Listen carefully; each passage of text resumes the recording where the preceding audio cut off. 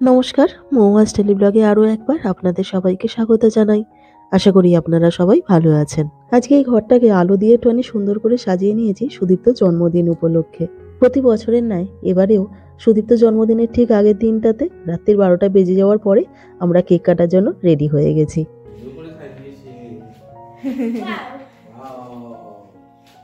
দেখে মনে হচ্ছে যে মানে দিওয়ালি হচ্ছে। দিওয়ালি হচ্ছে। চলো কেক কাটো। নাইস। আচ্ছা, এই আরেকজন কেক কেক করে যাচ্ছে।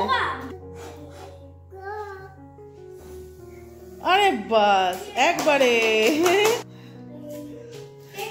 চলো এবার কেক কাটো। মামাম ধরো, ধর মামাম ধর। এই হ্যাপি হ্যাপি করে যাচ্ছে।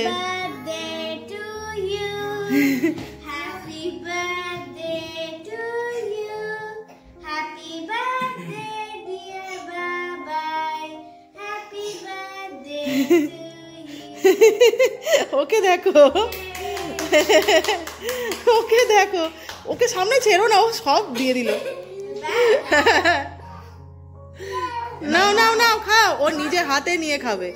ওকে চেয়ারটা তুলে দাও, ওকে চেয়ারে তুলে দাও, ওকে চেয়ারে তুলে দাও। Baba, happy birthday.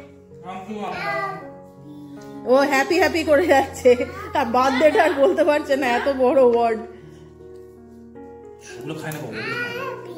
হ্যাঁ হ্যাপি হ্যাপি হ্যাপি কেক বলে দাও। Happy cake instead of happy birthday. ও hungry yummy cake. Fruity cake. আচ্ছা, যেটা করে স্ট্রবেরি টবেরিগুলো সরিয়ে দাও। হ্যাঁ, না হলে নষ্ট হয়ে যেত। ঠিক আছে চলো, বাদ বাকি সেলিব্রেশন কালকে হবে। সকাল হয়ে গেছে, তো সকালবেলা আমি স্নান পুজো সেরেই চলে এসেছি রান্নাঘরে। প্রথমেই যে রান্নাটা করব সেটা হচ্ছে পায়েস। প্রতি বছর না আমি সুদীপ্ত জন্মদিনে প্রচুর রান্না বান্না করি, কিন্তু এই পায়েসটা কোনোদিনও করিনি। আজকে এই প্রথমবার সুদীপ্ত জন্মদিনে আমি পায়েস বানাচ্ছি। তার কারণ আমি মনে করি যে সন্তানের জন্মদিনের দিন এই পায়েস বানানোর অধিকারটা বোধহয় শুধুমাত্র মায়েরই থাকে। প্রতিটি মাই তার সন্তানের মঙ্গল কামনায় জন্মদিনের দিন এই পায়েসটা বানান, আর এর মধ্যেই তাদের ভালোবাসাই বলুন আর আশীর্বাদই বলুন লুকিয়ে থাকে। আমার শাশুড়ি মাকেও দেখতাম প্রতি বছর সুদীপ্ত জন্মদিনের দিন সকালবেলা স্নান পুজো সেরে তারপরে চলে আসতেন রান্নাঘরে পায়েস বানাবার জন্য। তারপরে আগে পায়েস বানিয়ে সেই পায়েস সুদীপ্তকে দিতেন খেতে, তারপরে নিজে কিছু খেতেন। কিন্তু এবছরে তো আমরা ইংল্যান্ডে আছি আর এখানে তো মা নেই, তো তাই জন্মদিনের পায়েসটা এবারে আমিই বানালাম। পায়েসটা ওদিকে বসিয়ে দিয়েছি, চালটা একটুখানি সেদ্ধ হোক। ততক্ষণে চলে এসেছি একটুখানি মাছগুলোকে ম্যারিনেট করার জন্য। গতকাল যে মাছ বাজারে মাছ কিনতে গিয়েছিলাম সেই ভিডিওটা আপনাদের সাথে শেয়ার করেছি। তো মাছ বাজার থেকে বেশ অনেক রকমই মাছ কেনা হয়েছে, কিন্তু টাটকা মাছের বাজারে ওই যে এক সমস্যা, যে নিজেকে সবকিছু কেটে বেছে নিতে হয়। তো আপাতত 2 রকমের মাছ বেছে নিয়েছি, আরো 2 রকমের মাছ পড়ে আছে। তো যে 2 রকমের মাছ বেছে নেওয়া হয়ে গেছে, তো সেগুলোকেই ম্যারিনেট করে নিচ্ছি। এই যে পমফ্রেটটাকে একটুখানি কেটে নিয়েছি, এটাকে ভাবছি আজকে একটুখানি তন্দুর টাইপের বানাবো। তো সেই কারণে এইটাকে ভালো করে ম্যারিনেট করে নিচ্ছি। এটাকে ম্যারিনেট করার জন্য একটু বেসন নিয়ে নিয়েছিলাম, আর তার মধ্যে পেঁয়াজ, আদা, রসুন এইসবের পেস্ট দিয়েছিলাম, আর হলুদ গুঁড়ো, লঙ্কা গুঁড়ো, নুন আর একটুখানি তন্দুর মশলা দিয়ে দিয়েছিলাম। কিছুক্ষণ ওইভাবে রেখে তারপরে এর মধ্যে একটুখানি লেবুর রস দিয়ে দিয়েছিলাম, দিয়ে এটাকে মোটামুটি ম্যারিনেট করে আধ ঘন্টার মতন রেখে দেবো। গতকাল বাজার থেকে 1 কেজির মতন চিংড়ি কিনে এনেছিলাম, কিন্তু অতটা বাছা সকালবেলা সম্ভব হয়ে ওঠেনি, তো তাই কিছুটা বেছে নিয়েছি। তো ওগুলোকেই এখন নুন আর হলুদ মাখিয়ে রেখে দিচ্ছি। এখানে জানেন তো বাংলাদেশি দোকানে খুব ভালো গুড় পাটালি পাওয়া যায়, তো ওটাই নিয়ে এসেছিলাম আর ওটা একটুখানি মেল্ট করে নিয়েছিলাম। আর এখন যখন দেখছি যে চালটা একদম সেদ্ধ হয়ে গেছে, তো তখন ওই গুড়টা ওর মধ্যে দিয়ে দিচ্ছি। আমি ভাবছি যে চিনি একদমই আজকে ইউজ করব না। ওই বাংলাদেশি দোকানটা থেকে মোটামুটি সবকিছুই এনেছিলাম, কিন্তু কাজু কিশমিশটা আনতে ভুলে গেছিলাম। তো যাই হোক, এখন পায়েসটা হয়ে গেছে, ওর মধ্যে একটুখানি ওই এলাচ থেতো করে দিয়ে দিয়েছি, আর এর মধ্যে সামান্য যেটুকুনি কাজু কিশমিশ ছিল ওটুকুনি দিলাম, আর একটুখানি রেখে দিয়েছি ওই পোলাও বানাবো তাতে দেবো তাই। পায়েস হয়ে যাবার পরে একটুখানি ভাজাভুজিটা চড়িয়ে দিলাম। ওই আলু ভাজছে তো দেখতেই পাচ্ছেন, আর এদিকে ঢ্যাঁড়স আর বেগুনটাকে কেটে রেখে দিয়েছি, আর সঙ্গে একটুখানি উচ্ছেও কেটে রেখেছি। আর এই শাকটাকে এখনো কাটা হয়নি, এটা হচ্ছে কলমি শাক। এমনিতে নোটে শাকই করি আমরা, কিন্তু এখানে নোটে শাকটা পাইনি বলে তাই কলমি শাকের আটিটা কিনে এনেছিলাম। ভাজাভুজি কমপ্লিট হয়ে গেছে, এবারে মাছগুলোকে আস্তে আস্তে চড়িয়ে দিই।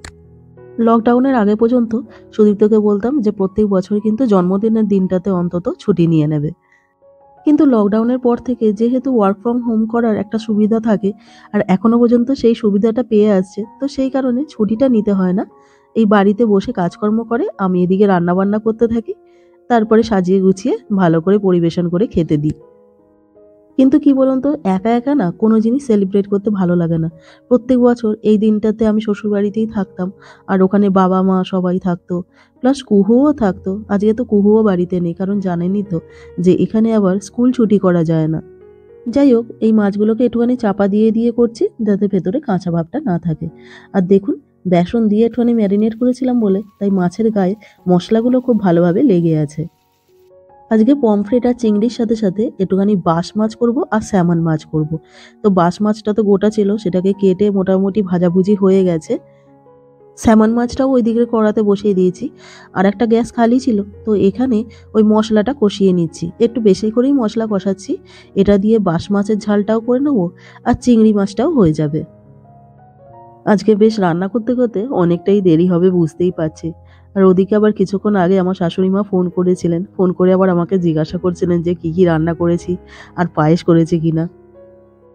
আর মা আরও বললেন যে সকালবেলা স্নান পুজো সেরে পায়েস করে নিয়েছিলেন প্রত্যেক বছরের মতন, দিয়ে এক বাটি পায়েস ঠাকুরের কাছে রেখে এসে তারপর চা খেয়েছেন। তো যাই হোক, আমার এই মশলা দুটো আলাদা করা হয়ে গেছে। এরপরে এর মধ্যে আমি ওই কাঁচা চিংড়ি মাছগুলোই দিয়ে দিলাম। আজকে আর চিংড়ি মাছগুলোকে ভেজে রান্না করব না, একটুখানি ভাপে এরকমভাবেই করব। তো এইগুলো মোটামুটি ভাজা হয়ে গেলে তারপরে এর মধ্যে একটুখানি জল দিয়ে দেবো, দিয়ে চাপা দিয়ে সেদ্ধ করে নেবো। এদিকে টুকটুক করে মোটামুটি আমার সব রকম রান্নাবান্নাই কমপ্লিট হয়ে গেছে। তো কিছু পরে সুদীপ্ত টাইম হলে ওকে খেতে দিয়ে দেবো। সব রকমের রান্নাবান্না তো আপনাদের সাথে শেয়ার করা সম্ভব হয়ে ওঠেনি, তো তাই এখন সুদীপ্তর খাবারটা বাড়ছি আর আপনাদেরকেও দেখাচ্ছি যে আজকে ওর জন্মদিন উপলক্ষে কি কি আয়োজন করেছি। এমনি সাদা ভাত তো আজকে করেছিলাম, তার সাথে একটুখানি পোলাও করেছিলাম, আর সাথে 5 রকমের ভাজা, যেমন হচ্ছে শাক ভাজা, উচ্ছে ভাজা, আলু ভাজা, ঢ্যাঁড়স ভাজা, আর হচ্ছে বেগুন ভাজা। আর এদিকে লোকে ডাল থেকে শুরু করে, আর আমি শুরু করেছি পায়েস থেকে। তো যাই হোক, ওদিকে আছে পায়েস, চাটনি, ওই পমফ্রেট মাছের যেটা করেছিলাম তন্দুরিটা সেইটা, আর এর সাথে ওই যে চিংড়ি মাছগুলো করছিলাম দেখছিলেন, এই যে হচ্ছে চিংড়ি মাছটা। আর আমরা আমাদের দেশে যেরকম পোনা মাছের কালিয়া করি, সেরকম ওই বাঁশ মাছটা দিয়ে কালিয়া টাইপের একটুখানি বানিয়ে নিয়েছিলাম। জন্মদিনের দিন পাতে সাধারণত মাথা বা লেজাটাই দেওয়া হয়, কিন্তু সুদীপ্ত না তো মুড়ো খেতে পছন্দ করে না তো লেজা, তো তাই ওকে গাদার পিসই দিলাম। আর এর সাথে ওই স্যামন মাছ ছিল, তো এই স্যামন মাছটাকে একটুখানি সর্ষে, পোস্ত আর চারমগজ বাটা দিয়ে সঙ্গে একটুখানি দই দিয়ে করেছিলাম। আর এই মাছটাকেও একদম মাখা মাখা করেছিলাম, আর লাস্টে নামাবার আগে একটুখানি ধনেপাতা দিয়ে দিয়েছিলাম। আর সবার প্রথমে যেটা দেখানো উচিত ছিল সেটা দেখাচ্ছি সবার লাস্টে। ওই একটুখানি নবরত্ন ডাল করেছিলাম, সব রকম সবজি দিয়ে, এটাকে সবজি ডালও বলা যায়। তো এই হলো সুদীপ্তর এবছরের জন্মদিনের মেনু। আর প্রত্যেক বছরের মতন এবছরেও ও বলছিল যে বেশি কিন্তু রান্নাবান্না করবে না, কারণ আমার অফিসের কাজ আছে। কিন্তু বলুন, বছরের একটা দিন একটু রান্নাবান্না করব না? অফিসের কাজ তো সারা বছরই থাকে, কিন্তু জন্মদিনটা তো বছরে একবারই আসে। তো যাই হোক, আমার এদিকে সব রেডি, এবার ওকে খেতে ডাকি। তোমার হয়ে গেছে, চলে এসো। হয়ে গেছে তো চলে এসো। এত কিছু রান্না করেছো? হ্যাঁ, প্রত্যেক বছরই তো করি গো। এখানে বাইরে এসে আমি ভাবিনি এতটা কিছু করতে হবে। অনেক খাবার দাবার তো খেতে পারলে হয়। খালি পায়েসটা অন্যবারে মা করে, এবারে আমি করেছি, বাদ বাকি সবই সেম। হ্যাঁ, মাছ কিছু আইটেম আলাদা আছে, যেমন পমফ্রেটটা মোটামুটি প্রত্যেক বছরই করি, পোনাটাও করি, পোনা নয় এটা যদিও বাস, চিংড়ি মাছটাও থাকে, কিন্তু এই স্যামন মাছটা নতুন, এর জায়গায় অন্য কোনো মাছ হয়তো করতাম কলকাতায় থাকলে।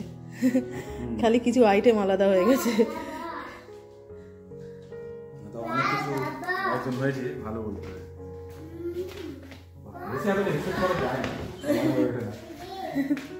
পমফ্রেট মাছটা একটু অন্যরকম ভাবে করা হচ্ছে, নতুন। ওই ইয়ে করেছি একটুখানি তন্দুর পমফ্রেট টাইপের করেছি। কালকে একটা রেসিপি দেখছিলাম, বেশ ভালো লাগলো, তো করে দেখলাম মোটামুটি। এবারে খেয়ে দেখো কিরকম টেস্টটা হয়েছে। ঠান্ডা হয়ে যাবে তো আমি খাওয়া শুরু করে দিই। হ্যাঁ হ্যাঁ, খাওয়া শুরু করে দাও।